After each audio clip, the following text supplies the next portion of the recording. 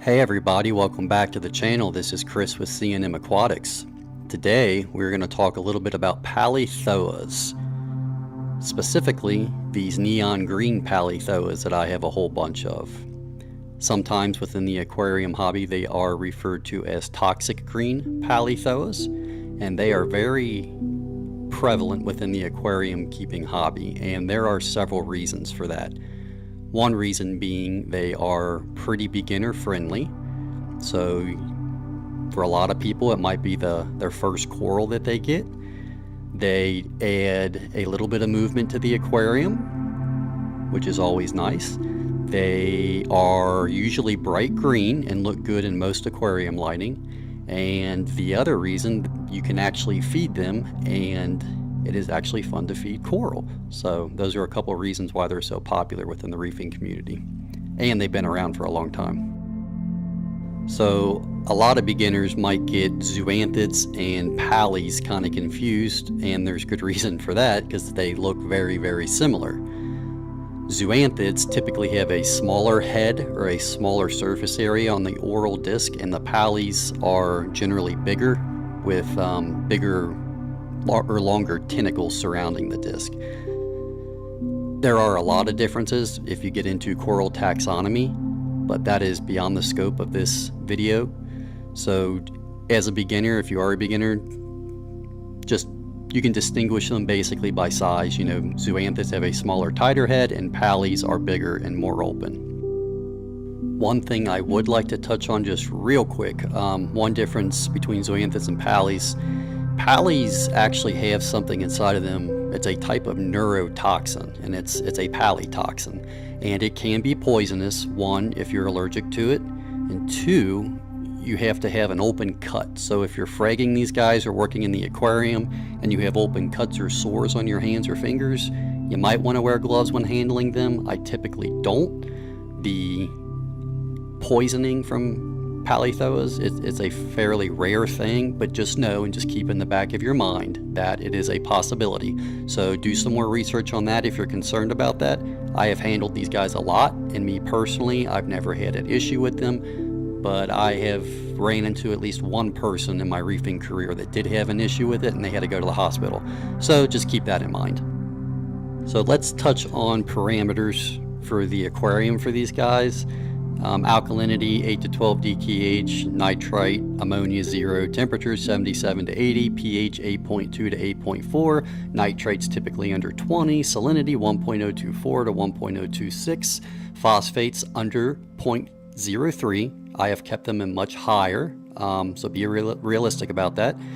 Magnesium 1300 to 1350, and calcium 400 to 450. So these are pretty much your basic standard parameters. I have noticed, if you see this guy here, his head is all closed up tight. If you have your alkalinity either spike or you run your alkalinity high for whatever reason, I've noticed just like with zuanths, palys can stay closed up because of, you know, the high alkalinity in the water. Palys grow in a matting format just like zuanths, and you can see in this picture here all the algae on it. They do not like that, guys.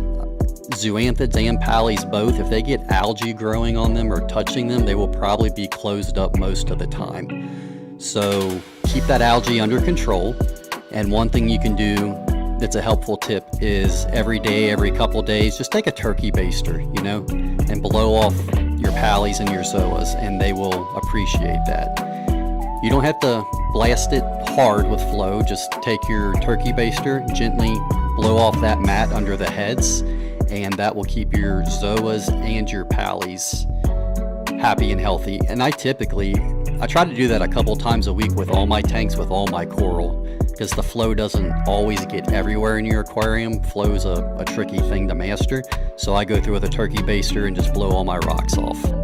As far as flow goes for these guys, you can see the tentacles in the heads here just kind of gently swaying in the water column. They don't need to be blasted with flow. That's the one of the number one reasons for zoas and palys staying closed all the time is way too much flow. So just a gentle flow that moves the heads back and forth should be sufficient for this coral.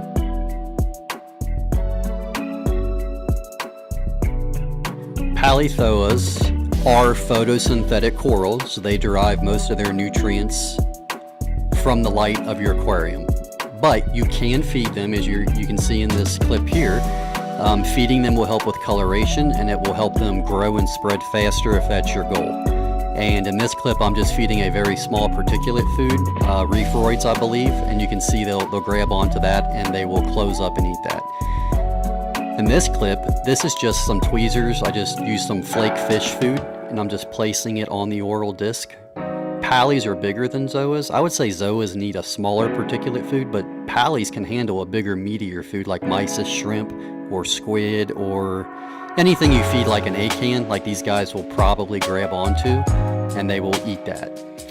As far as feeding amount and duration, I would say, depending on what you want to do, 2-3 times a week max is probably all you need. Make sure you guys don't overfeed, because you don't want to spike those nitrates and nitrates and phosphates in your aquarium. Just always be conscious of how much food you're feeding, whether it's a coral or a fish. One last thing to touch on with these guys would be lighting.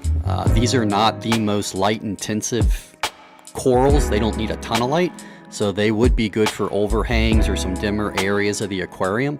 I have personally kept them in pars anywhere from 50 par up to about 400 to 450 par. And you can do that. They can tolerate a wide spectrum of light, but you got to acclimate them slowly, just like any coral. So take it slow. Just keep an eye on the coloration and how they're growing. They're a great beginner coral, and I think you guys are going to enjoy them. So thank you for watching. I appreciate it. That's my beginner guide for Palythoas, and I will see you guys in the next video.